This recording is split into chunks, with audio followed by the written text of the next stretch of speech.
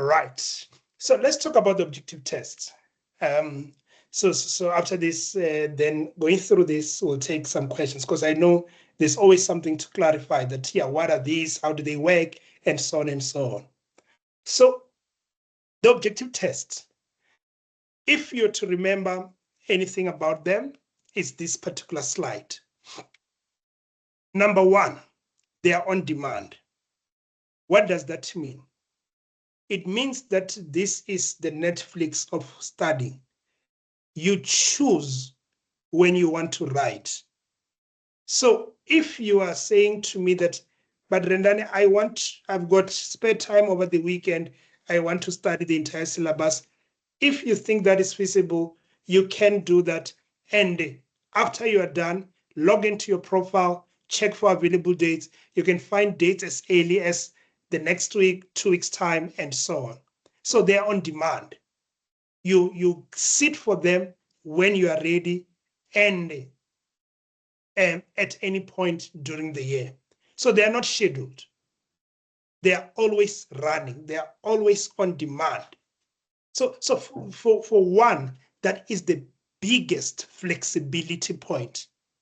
Yes, sometimes it could be too tricky because it might make one not to really commit. But for me, the flexibility makes the journey really worthwhile. To say that those 9 objective tests, you might be saying, when will I sit for them? You can sit for them whenever you want. That is the answer that CIMA is saying. Okay, that's number one. Number two, how do they look like then? So what can I expect? Will I now expect a written assessment where I go and write and then I wait for the marks? So these are MCQ. MCQ, that's what the objective tests are all about. So the MCQ will then ask you which of this option is the correct one. Tick. There are this definition and there are this explanation. Can you match the two? All right.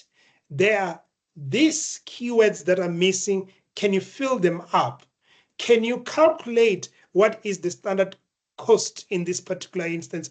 Those are the MCQ, those are the type of objective test. So that is how they look like. We are looking at filling the blanks, drag and drop, hotspot, where you tick things and say, this will be here, and so on and so on.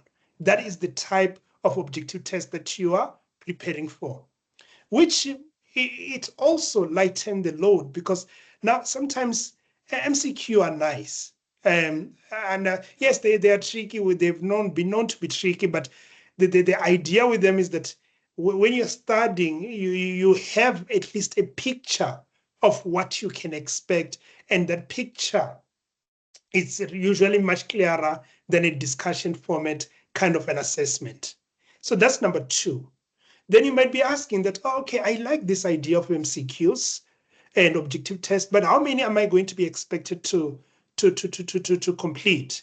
So there are 60 objective tests, 60 questions in a particular sitting, and you've got 90 minutes to complete them. So 60 questions and 90 minutes to complete. So that means you prepare for each of those objective tests for 90 minutes. Once you feel ready, book it and then go and write it. When do you get your results though? You get your results immediately. So after you've ticked and they say 90 minutes is up, then the system will then quickly mark you and tell you that you are done with this objective test. And you can start preparing for the other one.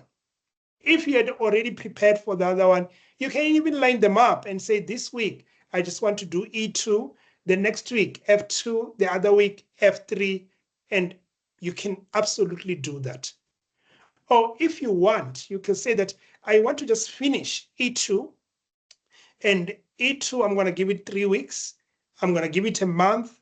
I'm going to give it 6 weeks, whatever you want. Then book it, get it and done it and get it out of the way, move to F2 and so on. So you can do this concurrently. There's no any order that is considered or prescribed. You can decide on that. And there's no any particular time that is expected from you. You can decide on that.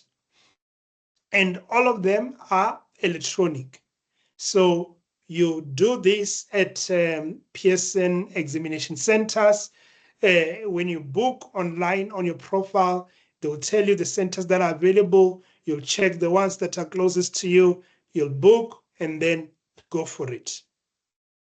So yes, you can write them in any order. You can write multiples of them around the same time.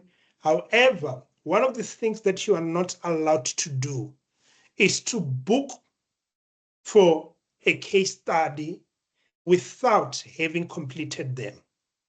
So you will need to, when you go to the CIMA website and you say CIMA exam timetable, they will tell you that, all right, this is the case study timetable. One, they will tell you when the pre-seen case study is coming out. That's number one. Then they will tell you when the exam it's going to be on. Then they will tell you when the results are going to be on. Then most importantly, they will have what they call an exam registration closing deadline. So that is the latest opportunity for you to book your exam. And when you book, the system will then check, have this particular candidate been exempted from the objective test, or have they completed the objective test? If the answer is yes, the system will allow you to add to your cart the case study, and you can book for it as well. So that is the outline or the overview of the objective test. Now, let's talk about the case study. You have now completed the objective tests, E1, P1, F1. You are now ready for the operational case study, or you have now completed the management and so on. So next slide on the case study, please.